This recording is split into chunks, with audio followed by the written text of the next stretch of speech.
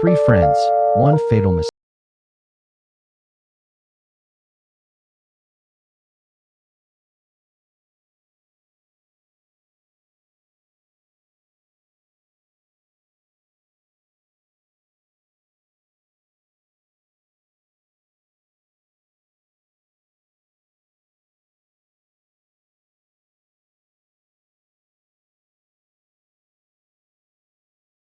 New York City, who had come to Salem for the Halloween weekend. Aryan was Punjabi American, quietly rooted in his Sikh faith. Dev was his best friend since childhood, loud and fearless, always the first to wander somewhere he shouldn't. Simran was the sharp one, practical, the voice of reason, though even she had her limits. They checked into a small bed-and-breakfast on the edge of town. By evening, the streets were filled with tourists in costumes, glowing jack-o'-lanterns on every porch, the smell of cinnamon drifting from the cafes. The three of them wandered the old lanes, laughing, taking photos. Then Dev stopped walking. Down a narrow cobblestone alley with no streetlights, no tourists, nothing but darkness, stood a crumbling old building. Stone walls streaked black with moss, iron-barred windows, and above the arched doorway, a rusted iron cross leaning at a crooked angle. An abandoned church. "Guys, we have to check this out," Dev said, already grinning. Aryan shook his head. "No, man. Places like this, we shouldn't go in there." Simran rolled her eyes. "Aryan, it's Salem. Everything looks haunted here. Come on, it's just an old building." And so the three of them walked toward the dark, with no idea that the longest night of their lives was about to begin. Scene 2. Inside the church. The heavy wooden door was supposed to be locked, but when Dev pushed it with both hands, it swung open easily, as if it had been waiting for them. Inside, the air was cold in a way that didn't make sense for an enclosed room. The pews were rotted and collapsed. Cobwebs hung from the vaulted ceiling like curtains. Broken stained glass let in thin streaks of moonlight, and at the far end stood an old statue of Jesus, cracked with age, its painted eyes somehow following them as they stepped inside. Then a voice rose out of the shadows, slow, tired, ancient. "Children, why do you come here?" An old priest sat hunched in the back pew, his face deeply lined, his eyes sunken with something heavier than exhaustion. "This place is cursed," he said quietly. "A spirit walks these walls. A nun, murdered in this church over a century ago. She made a pact with something dark to survive what was done to her. She is no longer entirely human, and she is no longer at peace." Dev laughed it off. Simran crossed her arms, unconvinced. But Aryan felt something he couldn't explain, a pressure in the air.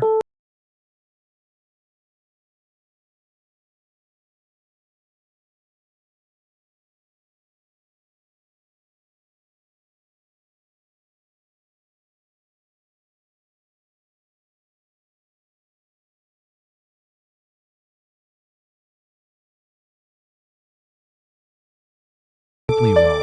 A hymn, but sung backward, the notes bending in a way no human throat should manage. Dev moved toward it, flashlight raised, calling out something brave and stupid. In the far corner stood a nun, motionless, facing the wall, black habit and white veil, utterly still. "Hey," Dev said, stepping closer. "You okay?" She didn't move. He reached out and touched her shoulder. She turned. Her eyes were entirely white, no iris, no pupil.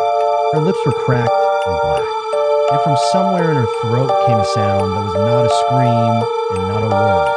Something between a growl and a shriek that didn't belong to anything living.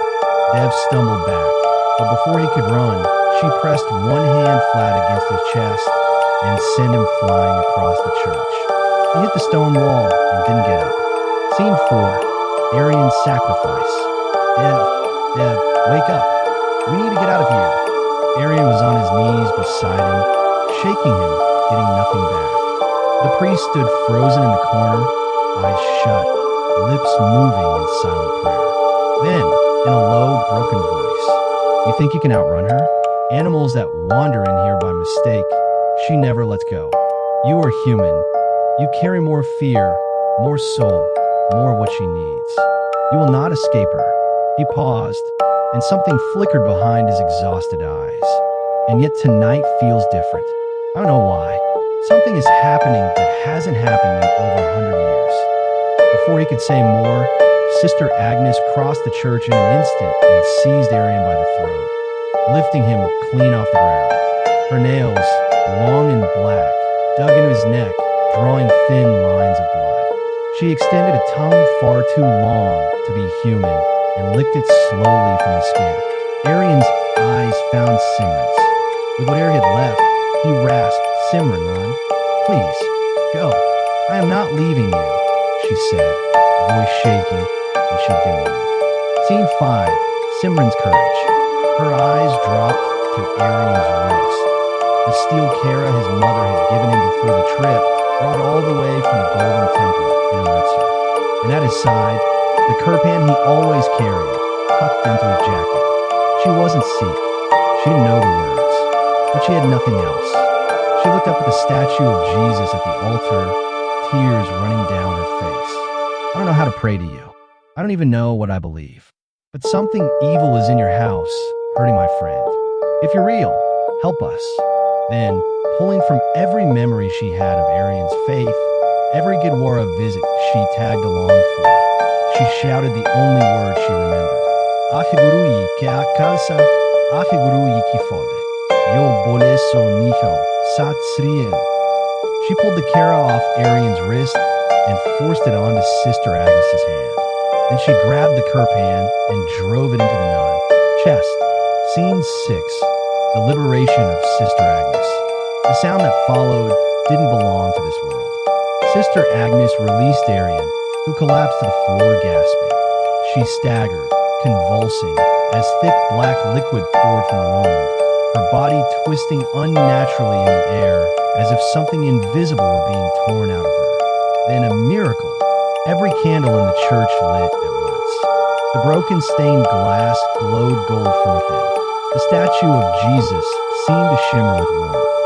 2 more nuns appeared from a side door, calm and luminous, kneeling beside Dev and Aryan to tend their wounds with extraordinary gentleness.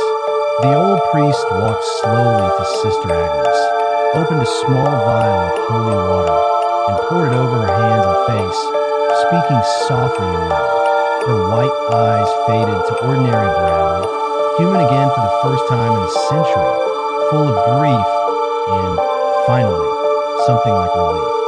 Then she was gone, not dead but dissolved, a column of soft golden light rising toward the ceiling, drawn into the statue above the altar. The church fell silent and still. The priest placed a hand on Simran's head. Tonight, because you refuse to leave your friend behind, a soul trapped here for 100 years has finally been set free. She was not evil. She was a victim who made one desperate choice long ago and paid for it every day since. Go home now. Tell no one what happened here. And do not come back. Scene 7, the morning after. They made it back to the bed and breakfast just before 3 in the morning. Dev and Aryan, despite everything, fell into deep, dreamless sleep the moment they lay down, as if the night were being gently erased from their minds. Simran lay awake, replaying every second, the white eyes, the black tongue, the look on Sister Agnes's face in the final moment, exhaustion turning into peace. By morning, Dev and Aryan were laughing over breakfast, planning the rest of the trip, remembering nothing past walking into the church. Later, as the 3 of them strolled back through the old streets in daylight, Simran stepped slowed near the familiar alley. The church was gone, not locked, not boarded up, simply gone, replaced by an empty lot overgrown with weeds and wildflowers, as if nothing had ever stood there. A single rusted